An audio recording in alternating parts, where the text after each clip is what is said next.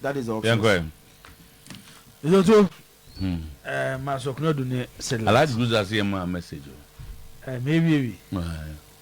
What say? So say. What you can pick up for a tryout. Aba say na say was catch him say you never papa mo bunto mo person mo ton. David obey. Ah yeah. Okay. But so also investors. Mo strategic investors. No sir, almost any na. 2027 almost starting there. I Highlanders Akrumpa. Maybe I'm new bobo bi abra. New associate. But for any friend no justify. Okay. The gives our own go. And then almost and then birthday. Security penny e wo menhia. Oh okay. Police ni pra. Okay. Say unfollow within protocol, you know. When you have police here, there's quite a protocol in your. And see happy birthday. Be say me bisa. Na na homa. Insia kura o dem me Okay. Everyone you na me no be din ko na me bisa na question bi. Na ye kasafa the state of Ghana football. It looks like every single tournament be able to be kubia na ye ba na ye di su na ba. Koye. Nti Amagana for crying ni arishemu when it comes to our football. The sad aspect, maybe I have a pano to at this stage and say, so who's a Ghana boboa? Now who ni pabe 20 extra worship. No so much TV at Chino Heba. Surprisingly, the one was same woman say, who nipa be 6 out of the 20 how many Ghana players? Blaster Blaster work up here ko no mu. Ya bom se Ghana ne ko e fe ne sei. Wo dey under 24 mu ko tutu. Do na at least say Kevin Koma. We fly from Cote d'Ivoire to Portugal. Oko FC Porto. Ofro na buy. No, so no mediama. Okay. Mo boy now call Black Stars. Okay. But the woman say it looks like yeah appointments anyhow. Tutu. Yet to the interest of our football. In terms of appointing the coaches. Yes, you're yet to satisfy some people. My maybe say a question, and a boy able. But so no do coach Black Stars or coach local Black Stars. Why assistant coach under 20? At the point of the under 20 coach kaka. Say who started coaching from the junior teams. Now bana be do so. So to Tia ya kasa wait and go for see appear so my blaster and a satellite coach. Patrao. Sir Luis de la Fuente. Share the progress how they do the senior team. They do maybe not so the Jume deal with Spain national team by the way. Near Saaka fan so make coach Spain under 20. Linus Scaloni. Yes, Argentina senior shirt where Jamaica now under 20. You know how? Yeah, nyoma basa. Asi enkwa oti e ba bi foforo na ye football. Oh na the arrow who mu ni say. Adwuma no kwa ya fa wo say wo coach na abaye no. Eno na me nti Ghana coaches na say. Me kamenya kwa ze sin kana 20 nyam so to e ba ma brofo. Because mu gu ye nim ase dodo. Mo kwa na asesa players amamo. Players na dia mo kwa mu ni mo. Bate bia ofu say bi twa oka. No waje no akoye adwuma na egu anim ase. Men kase ma so kodente ba be kombokom on kase recently ye dey under 23 my Ibrahim Tanko. Ne yakobo match to Azerbaijan. Ye fair players my Ibrahim Tanko. Se kojo na kokochi. Ye interest nyina ye kwa befa so a ye be players this stage. Now obi the agents we are na koton players no. Senior 2027 and they be host to Africa Youth Championship. Can say championship you could be. Baby only as host nation. Say Ghana Park tournament. Yene Nigeria, Burkina Faso, Togo. Ewo group na Ghana and me qualify. So to ade when you are hosem.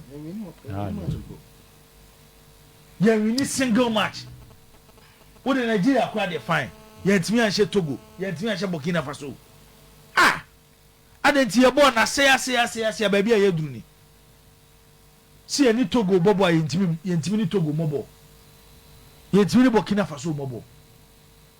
And this is what me so to yeti aye entertaining. E dey na dey duru say eno na ese hwehwe. say you full under 20 how many na some go under 17 aka under 17 by transition at least ke move to under 20 no nya kura be 4-5 players ba hwe e chiaboni aye frefre we yo mu bai so to udomo say team na dey go African Youth Championship no about 90-95% of mom ko bo wafi ye be yo mu in every na asa ko fa frama sa dey build the team enti mobile say mobile be boy football na say mobile say mbogu football no you can't be running football like this in this country now we call it for 30 it's so shameful etu ye Ghana ni na we Ghana national aya wani mu you don't see improvement you don't see signs of hope say that chi be ni da so wo ho enoma nyina agiagu because we are not doing the right thing. It's about people's personal interest finding a way to enrich their pocket omo botomu ne hia omo by sikana Ghana for sikana ebe se wo national team na Ghana for na eche na ese de ye mo ni je no so that is not what we are doing me madam it say masokono do waje adwuma am so masokono do kura no me ana me nipa no but so me dwen no ho a maintenance ma memra ayi Asante Kotoko kaka bema boda ba didin komo kaka wo training grounds wo na atete ensem kaka ne se de nyoma siko players die se wo nyina nim se last season no dodo na no Kotoko anhye de nyoma so mfa so ebi mu wo ho a se obi se awuchi so aside team no pre-season one master TB because when me ankoye medicals ntem any other factors need the any move beyond pitch so to one my resource I wish say commit me aka na asem say the city based on say the city no reporting because asem so to common be say aside omo so indiscipline so a bad influence on some of the players. Why? Auchi. Bad for me. Yeah. Bad influence. Yeah. Say say what me do. Nkati bebe na bone ba ku mu asa o refra. Be say papa na wo mu nyina ana mebo. Yeah. Uye no sinchen a last season he couldn't deliver. And one chese we a player so to the standard near Kotoko standard. You didn't see change. Goalkeeper na kwade.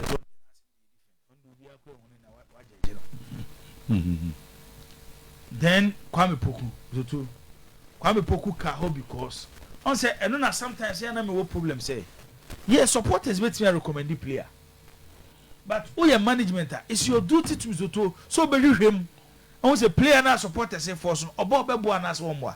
Kwame Poku say na supporters project. They come back na supporters project. Yemfanemra obeboa yemfanemra obeboa. But when you check Kwame Poku, the last 2 seasons before joining Kotoko, so you could clearly see the performance is declining. After knowing at a point, Asante Kotoko sacrificed a player. He was the heart and soul of the club at that moment in justice play, just to satisfy Kwame Poku.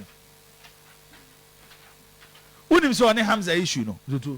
After when Kwame Poku realized yes, even the report Hamza gave to the new technical team through the board the recommendation now was so because as Hamza Krano last season Kwame Poku pride time Hamza was Obaya no man the captain of the team.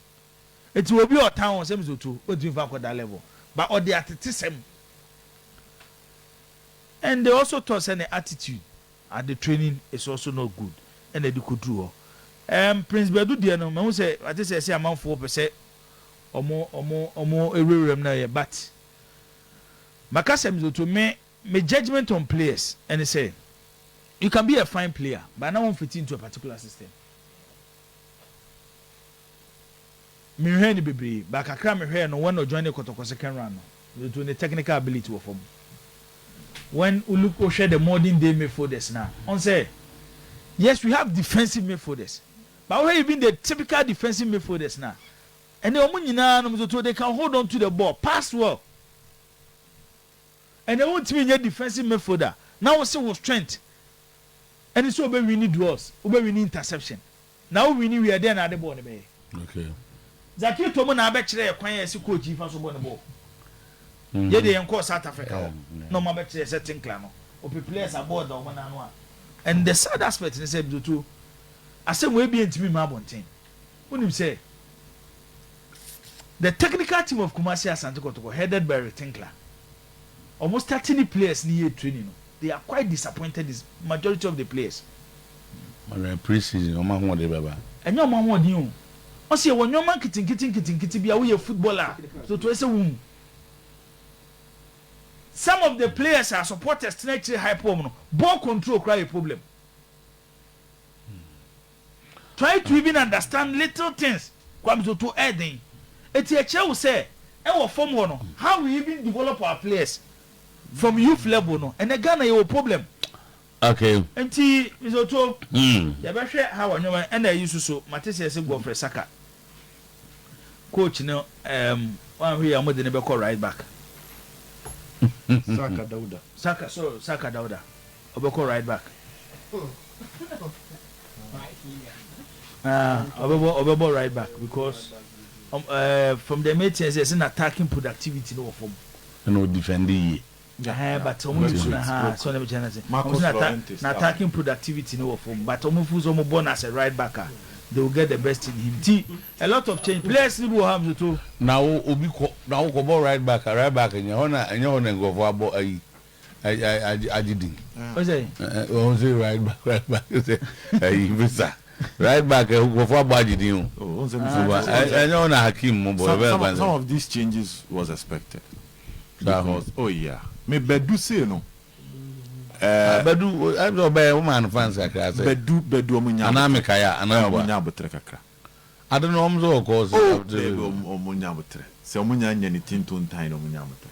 At least I can one player meet me as Jibo say the technical way of. Say Jibo na so means he didn't call England call World Cup and we're talking about options. That the team should not be one dimension. Abasa you are easily predicted. Like you can easily be predicted. What's the Tinkler and based on Koma Edina or born free chiri bank crank. So he would definitely want a number 6er. Obet me aja done and one pass sa born be. Bon say, yeah, ha born na ye born. Yeah, ha born near born. Your match is be or her. You need somebody for your energy and for that aggressiveness based on the nature of our game. Born na ye boy ukruma. Otu enye venue bia na abo kan ojiwie na. Jaje hona tum. But enye venue bia na your match is boy need to close the shot. It's all cartoon. E Kwame na be cartoon. You need those aggressive players for our league ya boy to be around you. Exactly. In say nipa ne de nye discipline. Ne de nye chebi or insubordination be ne sa aneoma no. Na purely technical, which was expected because na coach in 11 and na Badu to bench. E won ma signals no mo coach training ground nyanya as then ya semoba. Was no beti match 11 na loss in a ball. Na Badu or bench. But some of us feel that send ye bobo no ye kurum ha no. Oh. So be genuine pass match bi beduru. Na be here near den kakra because most of the teams are Kotoko come away no. Most of the teams try to bully Kotoko. So if the player will conform and understand his rules, say no, it's either you will improve on this quality or you are starting from the bench. Keeping such a player around can be useful. And number 2, based on training ground news, there was certain 11 and a coach Manikobo as a center back.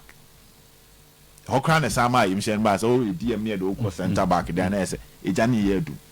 So for a player was signing in January, the financial aspect, you know, so be Jana Manakosa them to how things say they must find a way around it. If only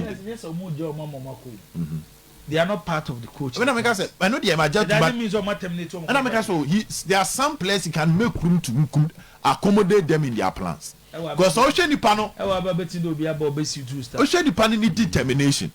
Anyhow committed or yeah, or don't say obi o ha you school no you be try exams na me to o ya area na sa teacher for nka so dey we dey enyi wedi oh because you be check other things so it depends on the options available. I can't make a case. I can't make a case for Uche. I can't make a case.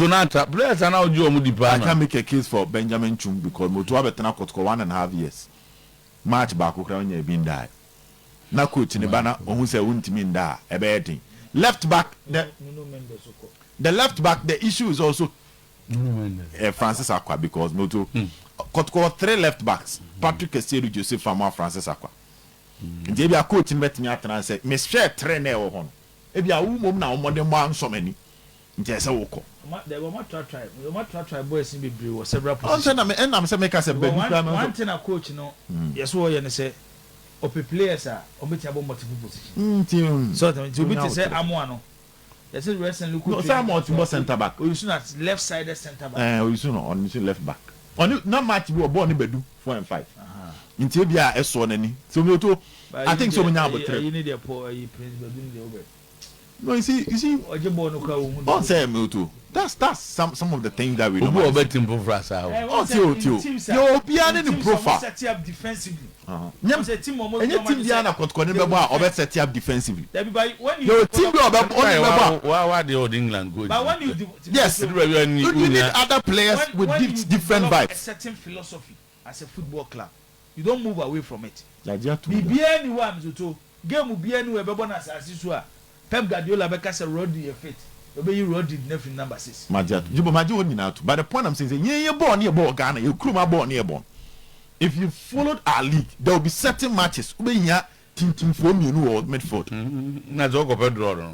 Yes, there will be some matches be o the nature of the environment will call for maybe a double Prince Badu double pivot you better adabu do aba adabu do it is a one yen sir now one you say to o ba be no skillful for no problem but along the line you can have some minor issues as time goes on into one am mention a free say nipa ne de ni nya suban nipa ne de ni nya bia oye lakadesika na say bia bisa na ye de ba man chance what's the coach in the system de jibo wa Canada and you tell prefer mo aje pass ba ball na ye ball kura me to me see eduru ba bia onyo mo de na ye din kakra be she ball no moto eduru ba bia especially with Kotoko eduru ba bia onyo mo a match bi o ha en ye din kakra enti ye ni nyina na f play pass and control hit pass and move no yo